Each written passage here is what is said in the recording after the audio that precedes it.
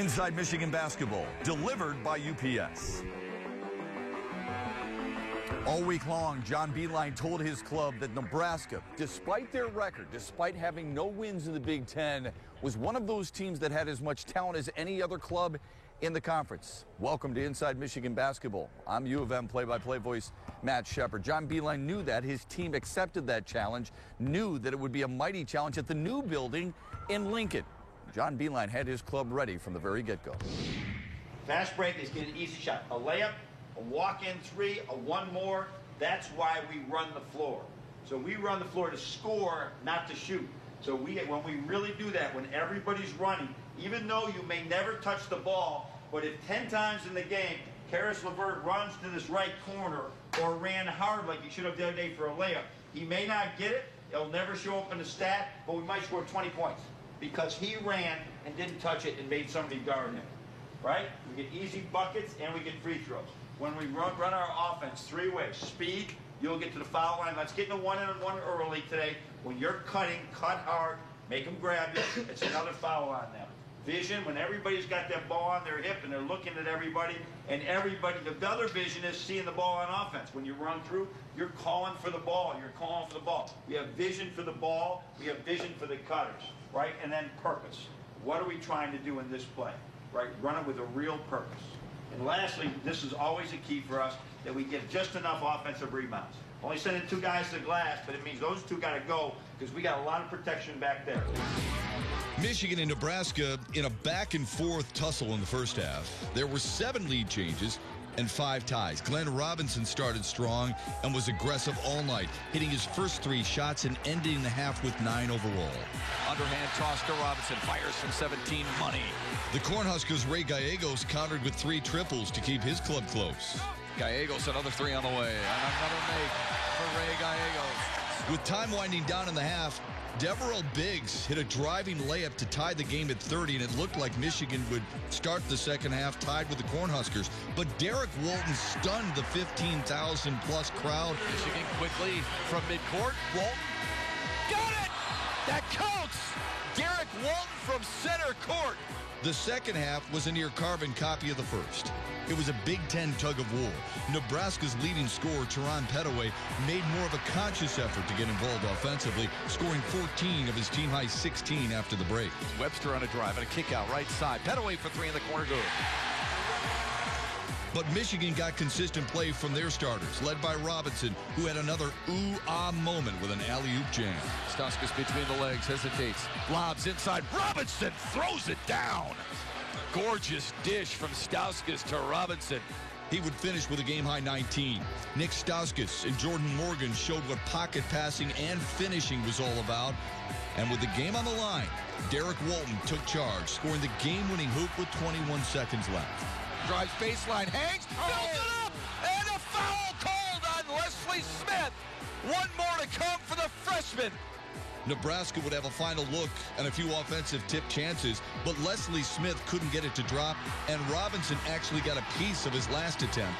Michigan proves their mettle. They win it by 1 and extend their winning streak to 5. You told me during the pregame, you said to your guys during film the day before we made the trip here to Lincoln that this was going to be a really difficult win because this Nebraska club has some really good players. Overall, your thoughts? No, I think a very talented team. Tim has done a great job of bringing really good players in here. And, if they stay unified, they have a chance to have an excellent team. So I knew we were going to come into an environment that is charged up, excited about Nebraska basketball. We're going to have to play really good basketball, limit our turnovers so the crowd doesn't get into it, get just enough stops. They're a good team. Does it help to have played in some of those close games against Charlotte, Florida State, Arizona, Minnesota, and you go into a game and down the stretch? Yeah, I think as long as you win them, it really helps. If you lose all those games, it can be a burden on your shoulders, whether it's foul shooting, making a big shot, doing anything.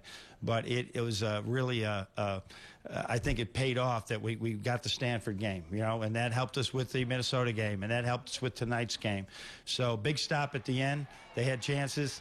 but we had a big basket by a young freshman that we'll all remember. There's a reason Glenn Robinson and Jordan Morgan, our tri-captains, both performed exceptionally well for your ball club.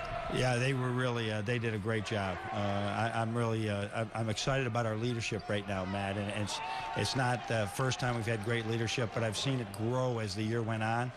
Glenn did a wonderful job the last couple of days in practice.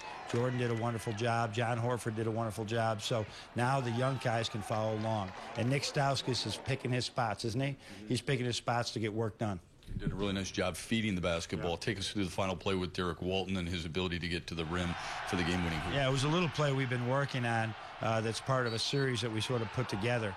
And we wanted them to, sometimes he gives it to him, sometimes he doesn't give it to him. We wanted to give it to him and see if we could get him to the rim and or find somebody else. So he certainly finished it. Probably call could have went either way, but I'm glad it went our way. This week's Coffee with the Coach brought to you by Tim Hortons. The question from Jake in Canton. We know Coach Hoke doesn't eat before football games. Do you have any pregame rituals? Oh, yeah, it's always the same. At home, I'll always go home and take a nap, whether it's 15 minutes or 30 minutes. Kathleen will make me usually a soup and a sandwich before I go over. And then on the road, I always do a lot of try and really prepare for the game up to about 2 o'clock workout. And then always try and do a lot of reading, just novels, just things that will take me away before the game. Whatever it is, we know it's meticulous and it's always on time. Congratulations on the win. All right, thanks, Matt. Our Iron Man of the Week and the players' thoughts on grinding out a win in Nebraska when we return. Inside Michigan Basketball, delivered by UPS, is brought to you in part by the University of Michigan C.S. Mott Children's Hospital and by Absol Pure Water, the official bottled water of the Michigan Wolverines. Yeah, baby, put them together, put them together.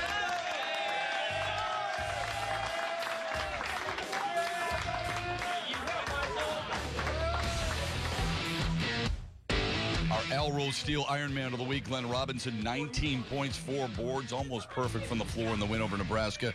We started out really strong, 3 for 3, and you could tell you were feeling it, but you were also really aggressive. Did that by design on your part? A little bit. You know, I've been working on my shot. You know, I wasn't really feeling it the past couple games and in practice. You know, but just getting the extra reps up with my teammates, I think that was the key to me shooting the ball well today. What was the biggest difference for this ball club? I know it was a back-and-forth tussle with this club, and it's a tough place to win, but in the end, what do you think won out for your club? We've been practicing hard, and we've been practicing hard every day. I think that was the key, and, you know, we set the tone on defense. I think that's something that we need to continue to do throughout the games. You know, we had high energy from the bench to the guys who were playing all night. What surprised a lot of people is when you needed a hoop late, it was a freshman who took it, even though you were hot, and Nick Stauskas with his jumper and Jordan Morgan with his effort tonight. How much confidence do you have in everybody when they get in there and get in that situation? I believe in all my teammates. You know, I see it every day in practice. I thought Derek did a great job on that last drive. Being aggressive, I think he's gaining confidence every game. He's definitely improving every time I see him play. So, you know, proud for Derek to be able to step up, you know, knock down that shot with contact. Not a bad belated 20th birthday, is it? Yeah, not bad at all. LeVert dumps it inside. Morgan left all alone for the easy lay-in. Right out of the timeout like you talked. Jordan Morgan has a season-high 15. It just shows how much we've grown. You know, we've had some tough road games already this year, especially in our non-conference. And, you know, going to Minnesota and getting a win, and those are hard to come by, especially in the Big Ten. And, you know, we're really going after in practice. And it just shows how much growth we've had in some of the small areas of the game that helped pull that one out today. They had, you know, sellout crowd. There was no open seats, and you know, they were loud down the stretch. And you know, if we can win here, we feel like we can pretty much win anywhere.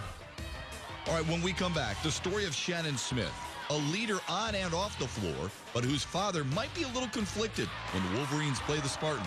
We'll explain next. Welcome back. The women's team had 4 players score in double figures last Thursday, and the Wolverines led by as much as 28 points in their win over Wisconsin at Chrysler Center. Junior Saisha Gori led the way with 10 points and 15 rebounds. Nicole Elmblad added 15, Shannon Smith tossed in 12, and Sierra Thompson scored 11 points as the Wolverines remained unbeaten in conference play.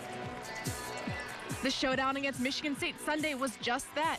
The Spartans led by as many as 9 points in the first half before Michigan closed out the first 20 minutes with an 11-2 run, tying the game at 28. Thompson led Michigan with 16 points. Elmblad added 12.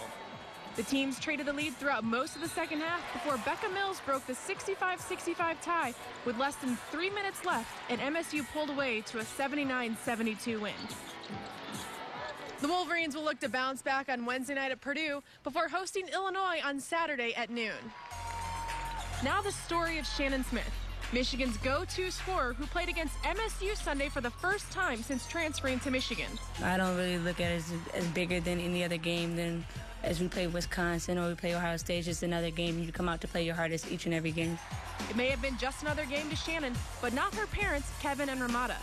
They're both proud MSU graduates, with Kevin being captain of the basketball team his senior year in 1982.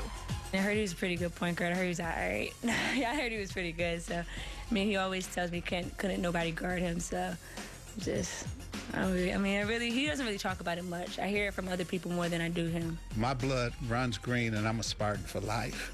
When she came up here, the chemistry with her and Kim was just phenomenal, and she really felt at home. And so when she decided to come here, we decided to back her 100%.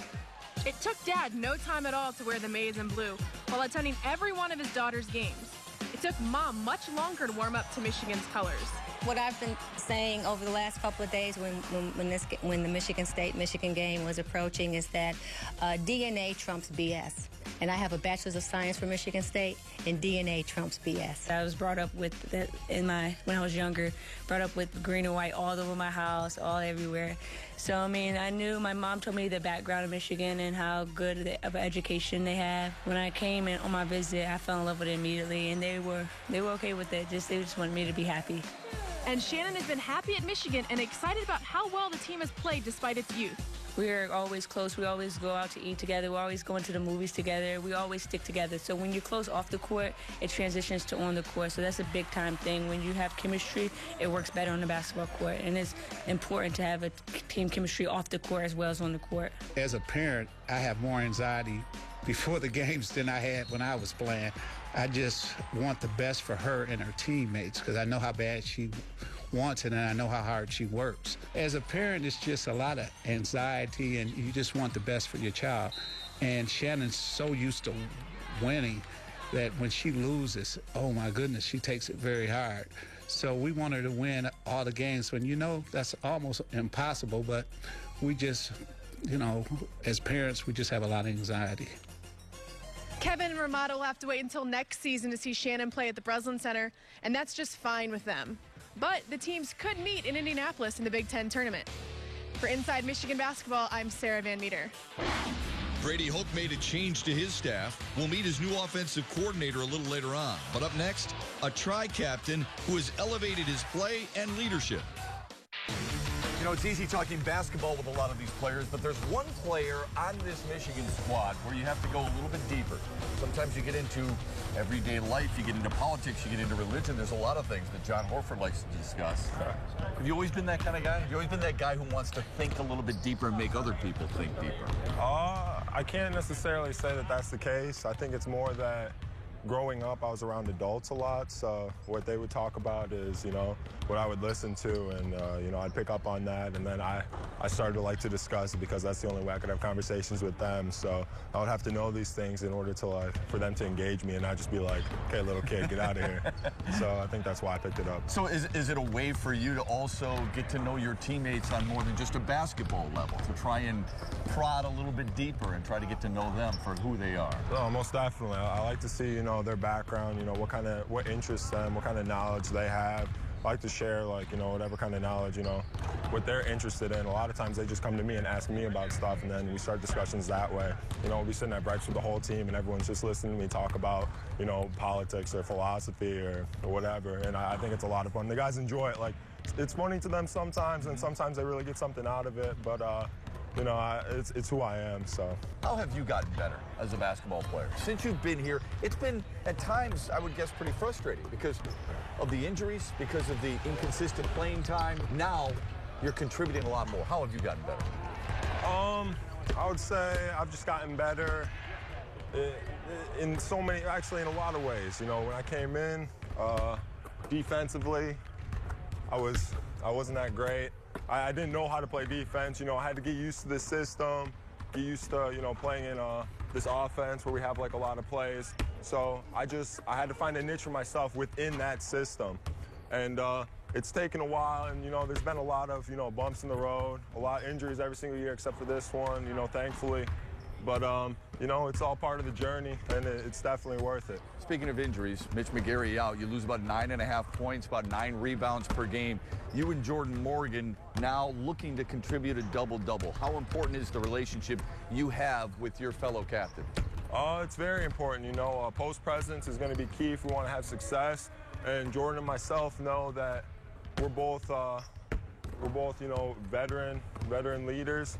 We know the system. We know what we've been on winning teams. We know what needs to be done. So we have to, you know, step up and fill that role.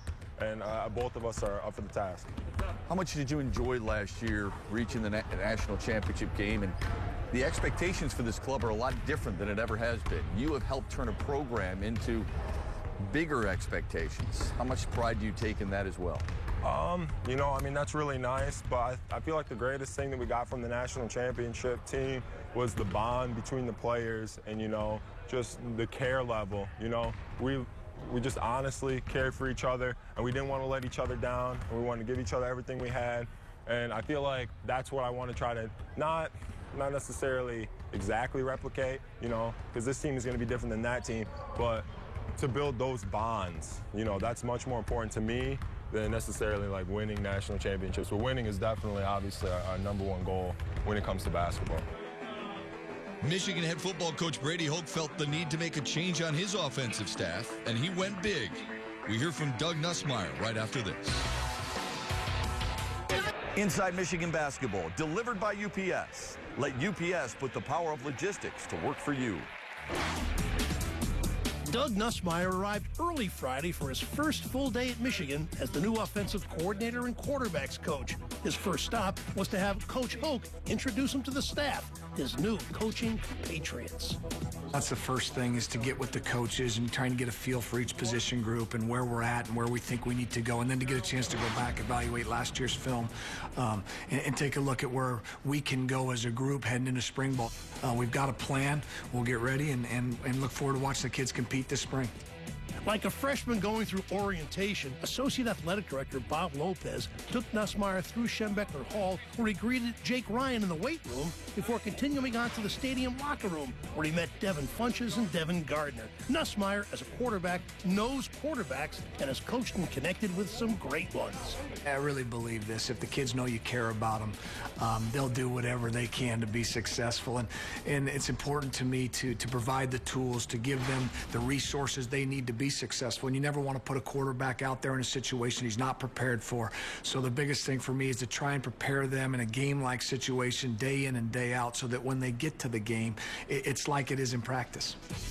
Nussmeier then met the media at large, accompanied by wife Christy and his 3 young children. It's a new dawn for his family, for Michigan football, and for a still young coach making his mark. People can't relate to what it's like to be in your position. Sidelines, 115,000 people, your guys calling the shots. It's a very cool position to be in. Do you have time to think about that, or are you just too immersed in it? Well, it's cool when it works. It's not so cool when things don't go well, obviously. You know, at the end of the day, it's about the kids. It's not about us. It's not about the coaches. Hopefully, we provide the platform for them to have success, to achieve the things that they want to achieve. At the end of the day, it's always about the players. I'm just excited to be a part of such a great program with such great tradition, and hopefully I can do my part to help this program get to where it needs to be. Spring practice begins in 42 days. There'll be some new players out on this field. There'll definitely be renewed hopes. There'll also be a new offensive coordinator ready to make his contribution to the enduring legacy of Michigan football. I'm Eli Zaret. So just the one game for the Michigan men's team, but that won't be the case next week. No, they get Penn State here at Chrysler Center, and then perhaps the most difficult road game of the season at the Kohl Center against the Wisconsin Badgers. We'll recap it for you on next week's edition of Inside Michigan Basketball. We hope you can join us. Until then, have a great week, everybody, and go blue.